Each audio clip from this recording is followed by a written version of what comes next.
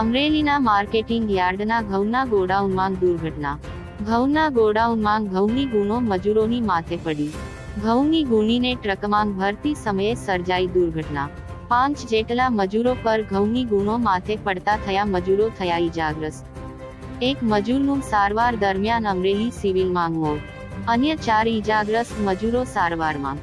મૃતક મજૂર વિપુલ દિનેશ કનક 30 વર્ષ રહે નવા ખીજડીયા. કૌશિક વેકરિયા ઈજાગ્રસ્તોને ખબર પહોંચવા સિવિલ હોસ્પિટલે દોડી આવ્યા. સૌરાષ્ટ્ર ન્યૂઝ જયેશ લીંબાણી, અમરેલી.